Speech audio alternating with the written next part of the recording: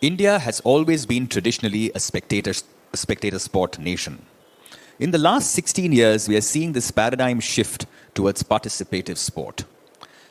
And this is something quite amazing. It's not just running, swimming, and cycling. There are 2 million active runners today in India. It's not just that. It's people going out and playing more. Kids going out and playing more, being encouraged by their parents, parents going out and doing more things. So it's a wonderful paradigm shift that we have seen in our own 31 years of existence, is from how India is slowly becoming spectator, of course, that's going to stay, but it's also becoming a participative sport nation. And that's, I think, something fabulous, and it's going to continue for a long, long time. To answer your question more, I don't think there's one model that India can and should adopt. Like Deep said, the ground-up approach is good. Also, the top-down approach of the state taking more responsibility, the center taking more responsibility, making sport a greater priority.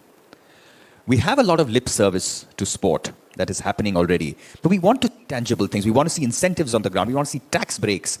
We want to see favorable regimes for sponsorship of sporting and sporting events and sports persons. And that's slow to come.